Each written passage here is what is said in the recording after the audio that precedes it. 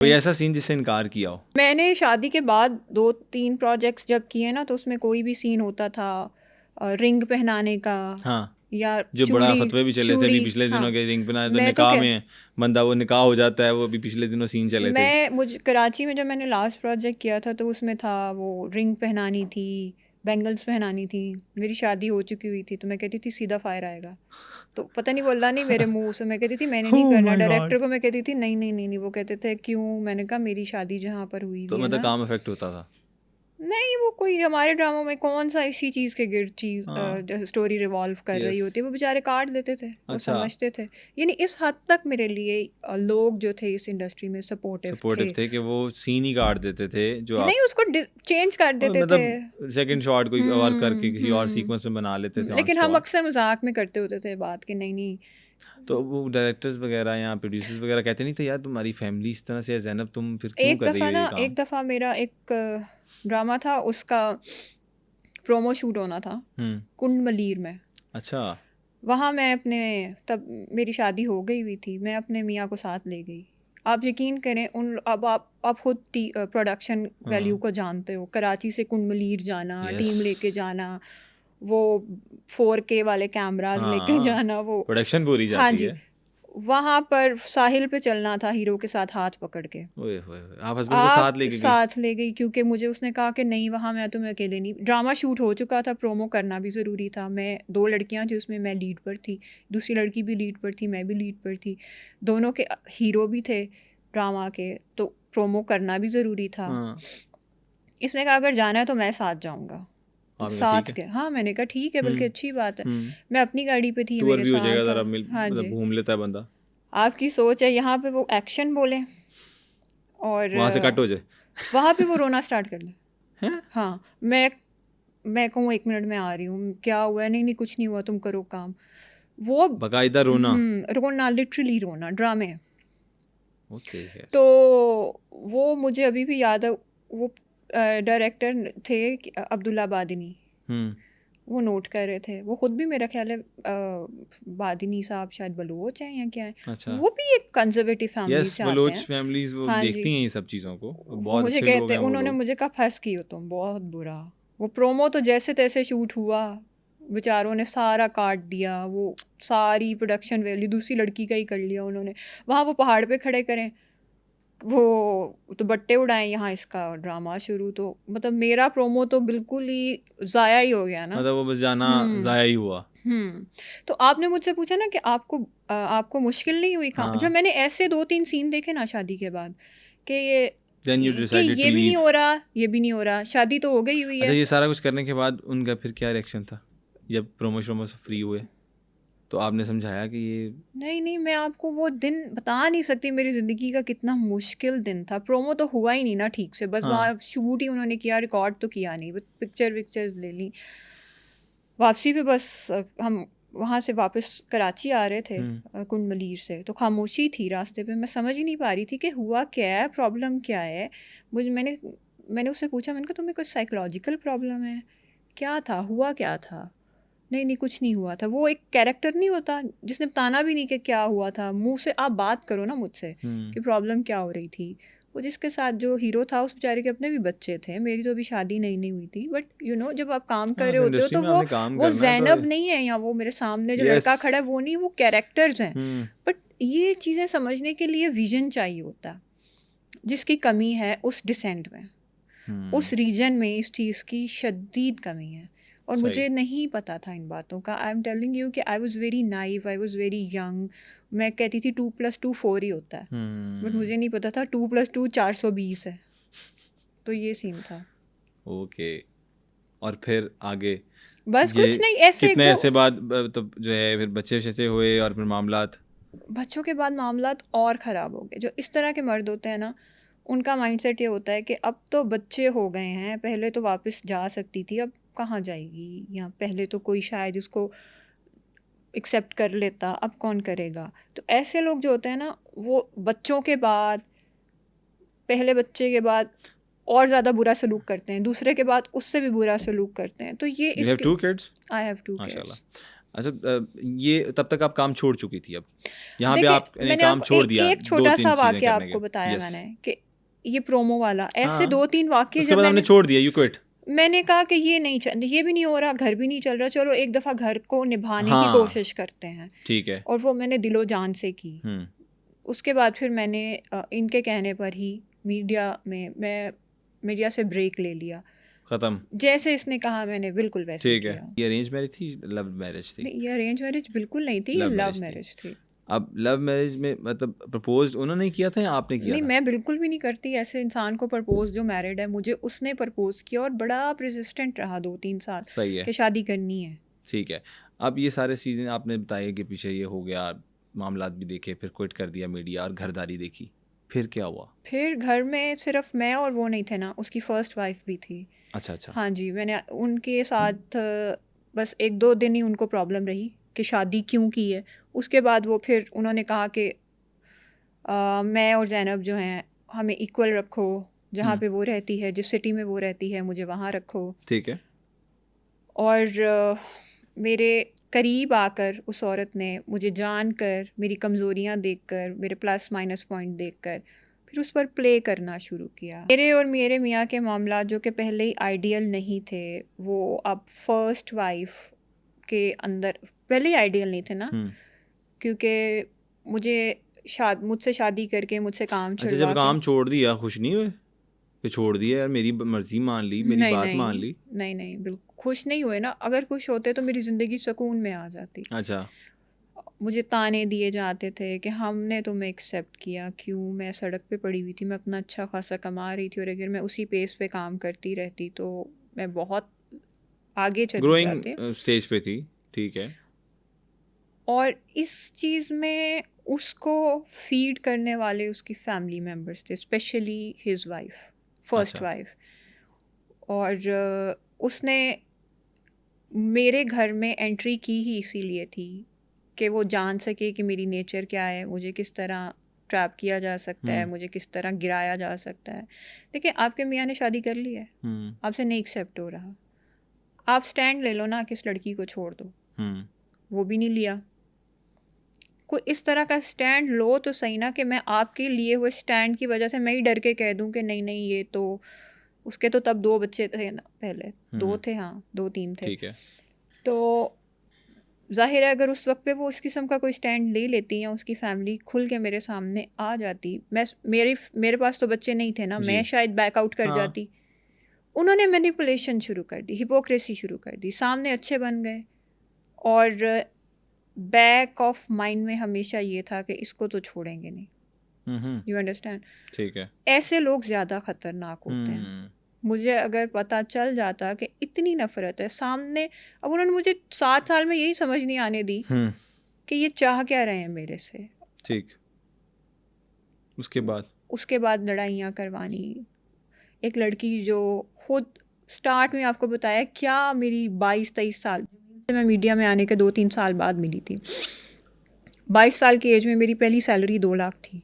आज से आप चले जाना 7-8 साल पीछे, ठीक है? बड़ी अमाउंट है। तो उसी, अगर आप देखें कि अगर मैं उसी पेस पे चल रही होती तो मैं आज कहाँ 15-20 लाख। और मुझे आज से 3 महीने पहले तक, जब हमारा प्रॉब्लम जब उसने तूल पकड़ी, तो वो खर्चा जो घर का दिया जाता 4-5 लाख आज के ज़माने, वही जो पीछे 2017-16 से चलता आ रहा था, उस पर भी ताने दिए जाने लगे। ठीक है। मतलब खर्चा प्रॉपर्ली देते रहे शुरू से लेके शुरू से दिया, फाइनेंशियल साइड ठीक नहीं थी। तानों के साथ अब ताने शुरू हो गए, अब बहुत ज़्यादा शुरू हो गए थे, और ये यहाँ तक लाया उसको उसकी फैमिली की तरफ से गया। ठीक है। उसकी फैमिली की तरफ से उसको कहा गया कि पता नहीं वो मुझे 4-5 करोड़ रुपया दे रहा है महीने का। तो अब देखे ना कि बच्चे हैं, 2 बच्चे हैं, 1.5-2 लाख तो बिल आ जाता है घर का। वो उसको समझ नहीं आ रही थी, मैं उसको समझाने की कोशिश कर रही थी कि ये तुम्हें सिखाया जा रहा है। वो अब इस बात को मानने के लिए नहीं तैयार था कि मुझे नहीं सिखाया जा रहा, तुम्हारी तरफ से कोई प्रॉब्लम है, तुम बहुत ज़्यादा कोई कर रही हो, घर में खर्चा कर रही हो। यही मेन रीज़न बनी इवेंचुअली लड़ाई की। इसी पे उसको उकसाया गया। फर्स्ट जो मामला यहाँ से शुरू हुए? वहाँ से शुरू हुए। उसके बाद जब मैं, क्योंकि पास्ट में काम करती रही हूँ, तो मैंने किसी न किसी, तो जैसे पहले मुझे लगा कि मुझे मीडिया में देखकर इसको तकलीफ़ होती है, हर्ट होता है, तो मैंने इरादा किया कि चले मैं मीडिया छोड़ देती हूँ। ठीक है। अब मुझे शो यही कराया जा रहा था। असल में प्रॉब्लम ये था कि ज़ैनब को ही ख़त्म करना है। अच्छा। उसकी फ़र्स्ट वाइफ, उसकी फ़र्स्ट फैमिली का ये था कि इसकी ज़िंदगी से ज़ैनब का ही पत्ता काटना है, बट ठीक है। उसको उकसाने के लिए पैसों का नाम लिया जाता। मैं समझ रही कि पैसों का नाम लिया तो पैसों का ही प्रॉब्लम होगा। तो मैंने कहा चले ठीक है, पैसों का अगर प्रॉब्लम है तो मैं फिर कोई अपना खुद काम कर लेती हूँ। ठीक है। या तो आप मुझे जलील ना करें ना, 3-4 लाख 5 लाख रुपया दे के आप मुझे मेरी चाय पीने पर भी जलील कर रहे हैं कि आप टी बैग वाली चाय क्यों पीती हैं, घर में दूसरा दूध आता है उसकी चाय पिया करें। तो मैंने कहा शायद पैसों का इसको इतना ही प्रॉब्लम होगा, तो मैं ओके फाइन, मैं अपना काम खुद कर लेती हूँ। देन आई डिसाइडेड कि मैं अपना काम कर लेती हूँ। अच्छा, और आपने फिर सैलून? मैंने नहीं, सैलून नहीं स्टार्ट किया। हमारी काफ़ी लड़ाइयाँ हुई और इसने मुझे घोस्ट कर दिया, मुझसे बात करना छोड़ दी, बच्चों से बात करना छोड़ दी। मीनवाइल मैंने अपने पुराने मीडिया के जो लिंक्स थे उनको एक्सप्लोर किया, मुझे एक प्रोजेक्ट मिल गया। अच्छा, ये सब कुछ करने के बाद? हाँ, ये लास्ट ईयर दिसंबर में। ओके। लास्ट ईयर दिसंबर में मैंने कहा कि ओके फाइन, मैं ज्वाइन करती हूँ, दोबारा काम करती हूँ। मैंने अपना सोशल मीडिया दोबारा एक्टिव किया, क्योंकि मुझे बहुत ताने दिए जा रहे थे खर्चे पे ना। तो आपने कहा मैं अब मुख्तार हो जाती हूँ और हाँ, कि शायद इसको पैसों का इतना ही प्रॉब्लम है, शायद इसके लिए मुझे इन बच्चों को लुक आफ्टर करना फाइनेंशियली इतना ही प्रॉब्लमेटिक है। तो मैं खड़ी हो जाती हूँ अपने पाँव पे दोबारा। मैंने अपना इंस्टाग्राम अकाउंट दोबारा एक्टिव कर लिया। ठीक है।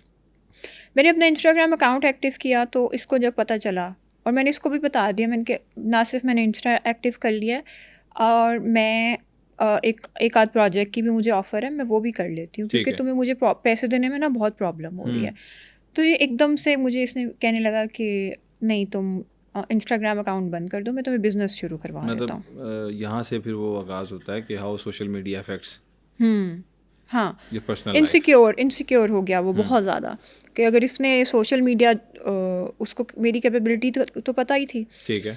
उस इनसिक्योर हो गया कि अगर इसने सोशल मीडिया दोबारा ज्वाइन कर लिया और मीडिया दोबारा ज्वाइन कर लिया, ड्रामा कर लिया एक आध, तो फिर तो ये मेरे हाथ से निकल जाएगी। जबकि ऐसा तो कभी भी नहीं था, ऐसा मेरी नेचर तो ऐसी नहीं थी ना। मैं तो दोबारा काम, इस दफ़ा मैं दोबारा काम पैशन की वजह से नहीं कर रही थी कि पैसों के लिए कर रही थी, कि चले कोई हेल्प हो जाए ना। इसकी 2 फैमिलीज हैं, शायद वाकई इसको पैसों का प्रॉब्लम हो, फाइनेंशियली। मैं तो इसलिए कर रही थी, 2 फैमिलीज चलाना और वो सारी चीज़ें। इसने मुझे कहा आप बिज़नेस करो, ठीक है, आप बिज़नेस करो। थोड़े बहुत पैसे इसने मुझे दे दिए, इसने आप सोशल मीडिया बंद करो, आप बिज़नेस करो।